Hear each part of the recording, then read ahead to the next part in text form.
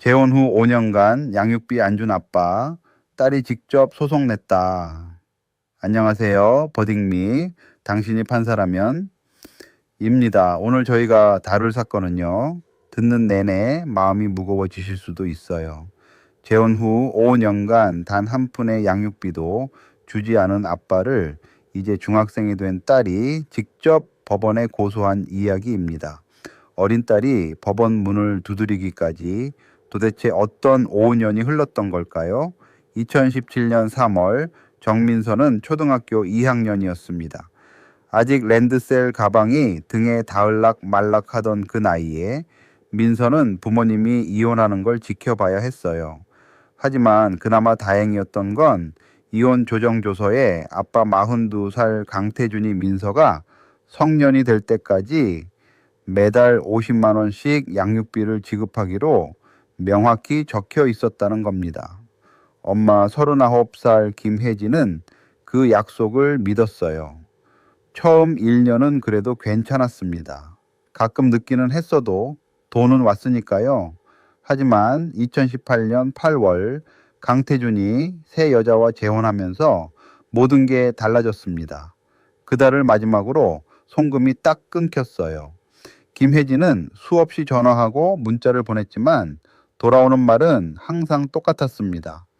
지금 형편이 어렵다. 다음 달에 몰아서 주겠다. 그 다음 달은 영영 오지 않았어요. 2019년부터 2023년까지 5년간 단 한 푼도 들어오지 않았습니다. 김혜진은 편의점 아르바이트와 배달 일을 병행하면서 월세 40만 원짜리 반지하에서 딸을 키웠어요. 민서는 친구들이 학원 가는 걸 바라보면서도 나는 괜찮아 라고 말하는 아이로 자랐습니다. 학교 준비물도 제일 싼 걸로 골랐고 수학여행비 때문에 엄마가 걱정할까봐 스스로 가지 않겠다고 했어요.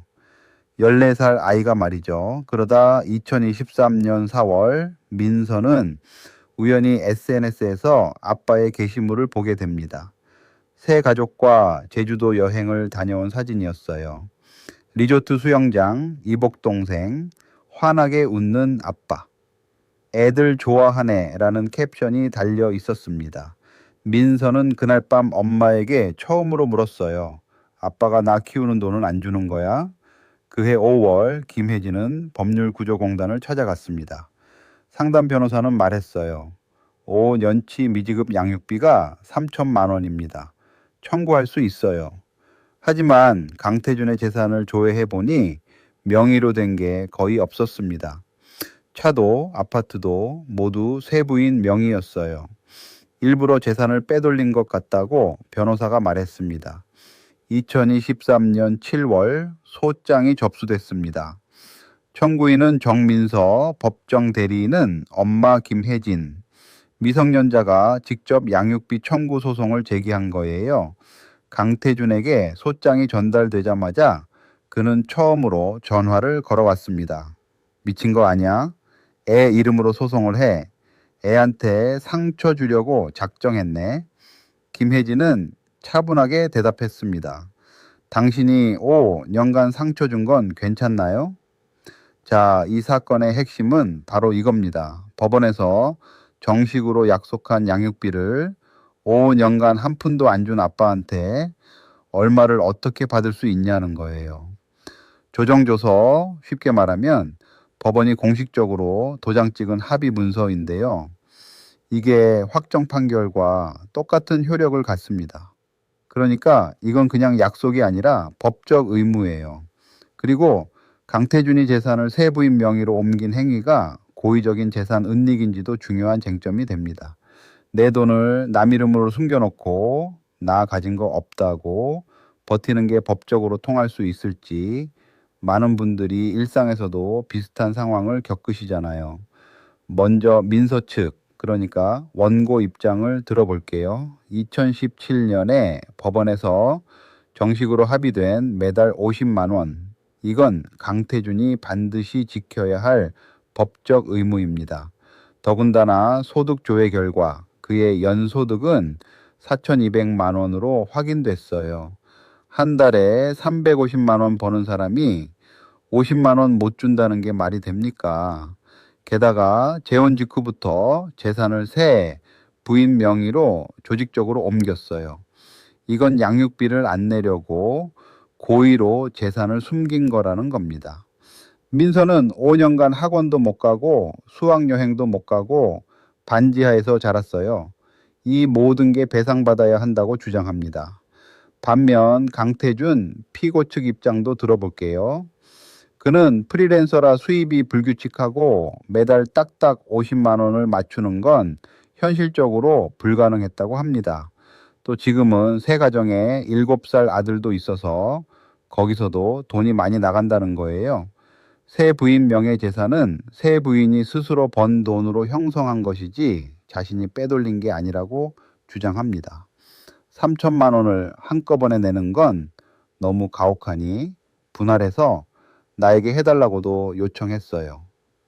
여러분은 어느 쪽 손을 들어주시겠습니까? 지금 버딩미 블로그에서 직접 투표해 보실 수 있습니다. 민서가 3천만 원 전액과 증액 양육비를 받아야 한다. 와 피고의 사정을 감안해 일부만 인정해야 한다. 두 가지 선택지가 기다리고 있어요. 투표를 먼저 해주신 분께만 실제 판결 결과가 공개됩니다. 법정에서 판사는 과연 어떤 결정을 내렸을까요? 준비되셨나요? 자, 드디어 실제 판사는 어떤 결정을 내렸을까요? 재판부는 강태준에게 미지급 양육비 3천만 원 전액과 지연이자를 지급하라고 판결했습니다. 그것도 분할이 아닌 일시 지급으로요. 그리고 앞으로의 양육비는 매달 60만 원으로 오히려 증액했습니다. 근거를 하나씩 살펴볼게요. 우선 민법 제837조는 자녀 양육 비용은 부모의 공동 부담이라고 규정합니다. 경제 사정이 바뀌어도 이 의무는 사라지지 않아요. 수입이 불안정하다는 피고 주장은요. 국세청 종합소득세 자료로 확인해 보니 최근 3년 평균 소득이 연 4,200만 원이었습니다. 50만 원은커녕 60만 원도 충분히 낼 수 있는 수준이었던 거죠. 재산 은닉 문제는 더 엄격하게 봤습니다.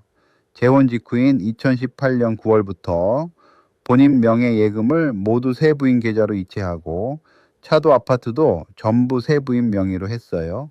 이건 사회 행위, 쉽게 말해 빚을 안 갚으려고 재산을 빼돌린 행위로 판단했습니다.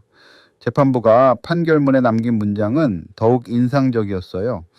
자녀는 부모의 이혼이나 재혼을 선택할 수 없다.